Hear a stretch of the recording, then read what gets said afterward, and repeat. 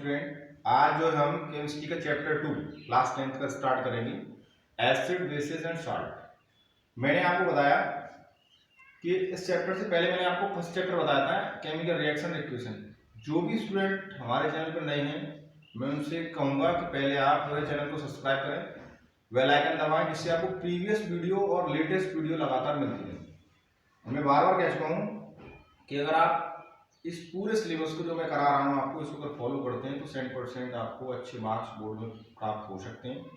मैं ऐसी आशा करता हूँ, और जो भी स्टूडेंट इसको ढंग से समझेंगे तो मैं समझता हूँ कि जो मेरा अनुभव है अभी तक, वो बेहतर से बेहतर कर सकते हैं बोर्ड एग्जाम में।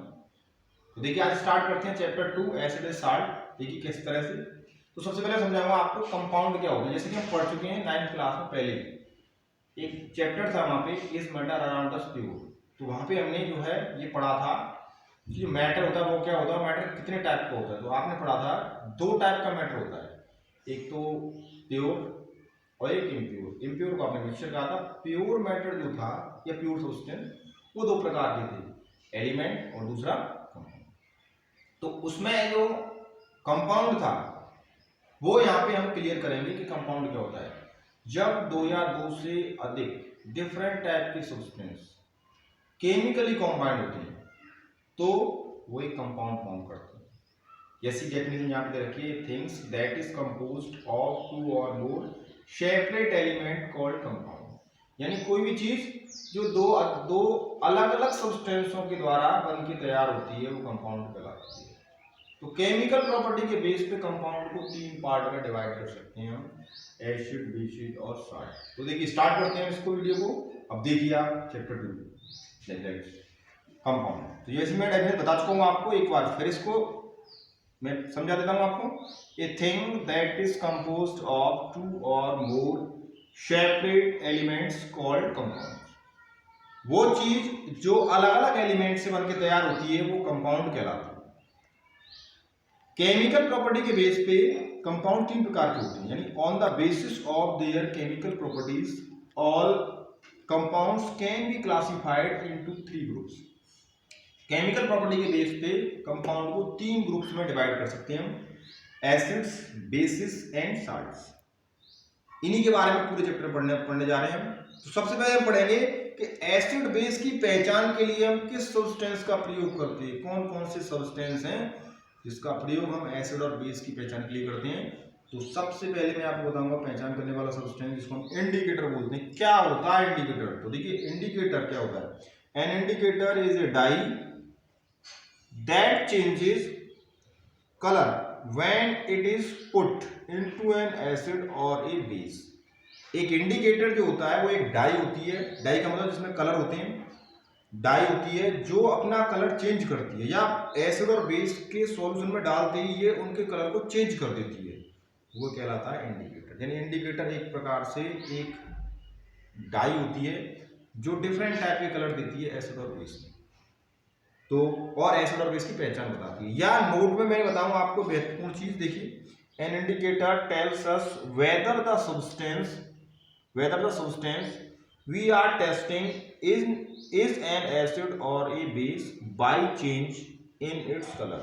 यानी कि इंडिकेटर हमें ये बताता है कि जो सब्सटेंस हम टेस्ट कर रहे हैं वो एक एसिड है या बेस है, उसका कलर चेंज करते हुए। तो देखिए, बात करें टाइप्स ऑफ इंडिकेटर्स की, तो इंडिकेटर्स मुख्य रूप से जो हमारी किताब में है मेन रूप से 3 प्रकार के होते हैं। देखिए कौन कौन से होते हैं। पहला है हमारा लिटमस सॉल्यूशन भी होता है, लिटमस पेपर भी होता है। लिटमस मुख्य रूप से 2 प्रकार का होता है, ब्लू लिटमस और red litmus. Blue litmus paper या blue litmus solution, blue litmus and red litmus, 2 प्रकार का होता है। इसी प्रकार सेकंड होता है मेथिल ऑरेंज या मिथाइल ऑरेंज, और थर्ड होता है फिनोक्सिलिन। इस तरह से ये 3 जो हमारे पास में कॉमन या मोस्ट कॉमन इंडिकेटर्स हैं जिनका हम प्रयोग एसिड और बेस की पहचान करने के लिए करते हैं। तो देखिए आगे हम समझते हैं कि हम इन इंडिकेटर्स का प्रयोग करते हुए एसिड और बेस की पहचान किस तरह से करेंगे। तो देखिए देखते हैं करेंगे हम कि एसिड और बेस को हम जो है डिफरेंट इंडिकेटर्स के द्वारा किस प्रकार टेस्ट करेंगे, और जो है एसिड और बेस अलग अलग इंडिकेटर में अलग अलग कलर जो देंगे उनके बारे में बात करेंगे। तो स्टार्ट करते हैं। देखो, testing of acids and bases by different indicators. First है हमारा लिटमस, जो कि मैं बता चुका हूं। लिटमस पेपर भी हो सकता है और सॉल्यूशन, दोनों ही हो सकता है। दो प्रकार का बताया था मैंने लिटमस, एक तो ब्लू होता है और दूसरा रेड, जो मैं पहले बता चुका हूं आपको। देखो, बात करें हम इसमें, तो लिटमस जो होता है एसिडिक सॉल्यूशन में, जब इसको लिटमस को पेपर को या सॉल्यूशन को डालोगे तो वो जो है ब्लू सॉल्यूशन को रेड कर देगा, ब्लू सॉल्यूशन को रेड में चेंज कर देगा। यानी जब भी हम जो है लिटमस पेपर को एसिडिक सॉल्यूशन में डालेंगे तो उसमें जो ब्लू सॉल्यूशन होगा वो रेड हो जाएगा। बात करें बेस में, अगर बेसिक होगा तो बेसिक में ये क्या करेगा, रेड को किसमें चेंज कर देगा, ब्लू ब्लू कलर में। यानी कि ऐसे भी आप कह सकते हैं कि एसिड वो होते हैं जो ब्लू लिटमस पेपर को रेड लिटमस पेपर में चेंज कर देती हैं। जब इसमें डिप कराया जाता है ब्लू लिटमस तो रेड हो जाता है। या आप ये कह सकते हैं कि बेस वो होते हैं जो रेड लिटमस पेपर को ब्लू में चेंज कर देते हैं। तो यानी अगर आप रेड कलर का लिटमस पेपर अगर आप जो है बेसिक सॉल्यूशन में डालें तो वो क्या हो जाएगा, बिकम्स ब्लू कलर हो जाएगा। तो ये तो बात हो गई लिटमस पेपर के द्वारा। अब बात करें मेथिल ऑरेंज की, कि मेथिल ऑरेंज क्या करता है। मेथिल ऑरेंज जो होता है वो जो है एसिडिक सॉल्यूशन में कलरलेस रहता है। सॉरी, एसिडिक सॉल्यूशन में जो आपका मेथिल ऑरेंज है वो जो है रेड कलर देता है, ये रेड कलर। यानी मेथिल ऑरेंज को जब आप एसिडिक सॉल्यूशन में डालोगे तो एसिडिक सॉल्यूशन का जो कलर है वो रेड हो जाएगा, एकदम रेड मेथिल ऑरेंज का। और जब बेसिक सॉल्यूशन में इसको डालोगे तो जो कलर है सॉल्यूशन का वो येलो हो जाएगा, यानी पीला कलर हो जाएगा। जब बेसिक सॉल्यूशन में आप जो है मेथिल ऑरेंज को डालोगे उसका कलर जो है येलो हो जाएगा। इसके बाद बात करें हम फेनोल्फथालीन की। फेनोल्फथालीन जो होता है वो एसिडिक सॉल्यूशन में कलरलेस रहता है, यानी कि देयर इज नो कलर। यानी एसिडिक सॉल्यूशन में अगर आप जो है फेनोल्फथालीन इंडिकेटर को डालोगे तो कोई कलर नहीं आएगा, यानी सॉल्यूशन जो है कलरलेस हो जाएगा। इसके बाद बात करें हम बेसिक सॉल्यूशन में, तो फेनोल्फथालीन जो इंडिकेटर जो है वो बेसिक सॉल्यूशन में पिंक कलर देगा। कैसा कलर देगा, पिंक। तो इस प्रकार हमने देखा कि डिफरेंट टाइप के इंडिकेटर्स का हम यूज करते हैं एसिड और बेस की पहचान के लिए, और एसिड और बेस में ये डिफरेंट टाइप के इंडिकेटर्स डिफरेंट कलर्स को प्रोड्यूस करते हैं। तो ये था हमारा testing of acids and bases by different indicators. अभी जो है हम बात करेंगे ऑल फैक्ट्री इंडिकेटर्स के बारे में, वो क्या होते हैं और एसिड्स क्या होते हैं उनके बारे में बात करते हैं। एक नोट है, इसको जरा समझें। लिटमस हो, चाहे टर्मरिक हो, चाहे रेड कैबेज हो, ये तीनों के तीनों नेचुरल इंडिकेटर कहलाते हैं। यानी जो हमें नेचर से प्राप्त होते हैं, प्रकृति से हमें मिलते हैं। इनको हमें लेबोरेटरी में बनाना नहीं पड़ता, ये हमें लेबोरेटरी से तैयार होते हैं। ये टर्मरिक हल्दी आप जानते हैं, रेड कैबेज लाल गोभी आप जानते हैं, लिटमस एक लिचिन नाम के पौधे से प्राप्त होता है। ये लिटमस पेपर जो भी हमें नेचर से प्राप्त हो रहा है। बात करें, मेन टॉपिक है olfactory indicator, most important topic है ये, याद रखना है आपको। क्या होते हैं olfactory indicator? Those substances whose smell changes in acidic और बेसिक सॉल्यूशंस।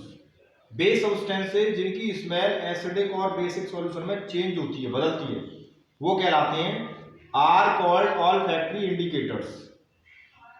वो कहलाते हैं ऑल फैक्ट्री इंडिकेटर। यानी कि बेस सब्सटेंस जो एसिड और बेस दोनों में अलग अलग तरह की स्मेल दें, अलग अलग तरह की खुशबू या ओडोर जो भी है, अलग अलग तरह की स्मेल दें, वो कहलाते हैं ऑल फैक्ट्री इंडिकेटर। जैसे आपने देखा होगा ऑल फैक्ट्री इंडिकेटर्स जो प्रोड्यूस करते हैं या एक्सट्रैक्ट करते हैं वो है हमारी ऑनियन, वनीला, प्याज सभी में हमारी यूज में आती है। जितनी फास्ट फूड है सब में हम ऑनियन का प्रयोग करते हैं। और वनीला फ्लेवर्ड आप आइसक्रीम खाते ही होंगे, ज़्यादातर स्टूडेंट आइसक्रीम खाते हैं वो जो वनीला फ्लेवर्ड खाते हैं। तो वनीला का प्रयोग आपने देखा होगा। डिफरेंट टाइप की आइसक्रीम्स होती हैं, वो अलग अलग तरह की स्मेल प्रोड्यूस करती हैं, जिसकी वजह से आप उनको ईट करते हो। तो ये वनीला होता है वो, जो कि अपने आप में एक ऑल फैक्ट्री इंडिकेटर है। इसके बाद ये तो हो गई ऑल फैक्ट्री इंडिकेटर थी कि ऑल फैक्ट्री इंडिकेटर्स वो होते हैं जो डिफरेंट टाइप की स्मेल जो है एसिडिक और बेसिक सॉल्यूशन के अंदर प्रोड्यूस करते हैं, ऑल्फैक्टरी इंडिकेटर्स कहलाते हैं। बात करें एसिड की, तो एसिड वो सब्सटेंस होते हैं, acids are those chemical substances which have a sour taste and turns blue litmus paper into red litmus paper. Acid वो केमिकल सब्सटेंस होते हैं जिनका स्वाद खट्टा होता है और वो जो है ब्लू लिटमस पेपर को रेड लिटमस पेपर में चेंज कर देती है। एसिड्स वो केमिकल सब्सटेंस होते हैं जिनका स्वाद खट्टा होता है और जो है ये जो है ब्लू लिटमस पेपर को रेड लिटमस पेपर में चेंज कर देती है। तो ये आपको याद रखना है, सोर टेस्ट और blue litmus paper into red litmus paper, ये टॉपिक याद रखने हैं आपको। बात करें एसिड्स की, तो देखो एसिड दो प्रकार के होते हैं, एक तो ऑर्गेनिक एसिड, देखिए क्या होते हैं और आगे बताऊंगा। ऑर्गेनिक एसिड वो होते हैं जो प्लांट मटेरियल में और जानवरों में पाए जाते हैं, यानी the acid present in plant materials, पौधों में पाए जाते हैं, and animals, plant materials and animals are called organic acid, वो कहलाते हैं ऑर्गेनिक एसिड। जैसे एग्जांपल के तौर पे एसिटिक एसिड हो गया, जो हमने पास सिरका, सिट्रिक एसिड हो गया जो हमारे आंसू में और नींबू में पाया जाता है, टार्ट्रिक एसिड हो गया जो इमली में पाया जाता है, ऑक्सैलिक टमेटो वाला एसिड, इस तरह बहुत सारे एसिड है जो हमें देखने को मिलता है। फॉर्मिक एसिड जो चींटी में पाया जाता है, चींटी जो काट जाती है जिसकी वजह स्वेलिंग आती है, वो फॉर्मिक एसिड रिलीज करती है, जिसको हम डिटेल से पढ़ेंगे हम ऑर्गेनिक केमिस्ट्री में, जो हमारा चैप्टर होगा आगे। अब देखो नोट में थोड़ा सा याद रखना है आपको, उसमें लिखाया है कि ऑर्गेनिक एसिड्स को हम जो है वीक एसिड कहते हैं, ऑर्गेनिक एसिड्स को हम जो है वीक एसिड कह सकते हैं या नेचुरली ऑक्यूरिंग एसिड्स बोल सकते हैं आप। ये एसिड जो है खाने में हार्मफुल नहीं होते हैं और ना ही पीने में, खाने पीने में ये हमारे लिए फायदेमंद होते हैं, हार्मफुल नहीं होते हैं, ये आपको याद रखना है। ऑर्गेनिक एसिड्स का मतलब समझ में आ गया होगा, कार्बनिक एसिड्स ये हमारे लिए हार्मफुल नहीं होते हैं, ये हमारे लिए बेनिफिशियल होते हैं, हमारे लिए फायदेमंद रहते हैं। ठीक, ये आज का वीडियो यहीं समाप्त करते हैं, हम कल आगे की बात करेंगे। तो आज के लिए इतना ही। आपसे मैं यही बार बार कह रहा हूँ और आपसे लास्ट तक कहता रहूँगा कि जो भी स्टूडेंट्स में नए हैं वो प्लीज़ हमारे चैनल को सब्सक्राइब करें, बेल आइकन दबाएं, जिससे आपको लेटेस्ट वीडियोस मिलेंगी और प्रीवियस वीडियो को आप क्लियर देख पाएँ, सारे चैप्टर्स को स्टडी कर पाएँ पार्ट वाइज। मैं आपसे कहूँगा पहले हमारे चैनल को आप सब्सक्राइब करें और स्किप ना करें, फुल वीडियो देखें, आप पूरा वीडियो चलने दें, स्किप करने की कोशिश ना करें, आपसे यही कहूँगा मैं। तो आज के लिए इतना ही, कल बात करते हैं नेक्स्ट वीडियो।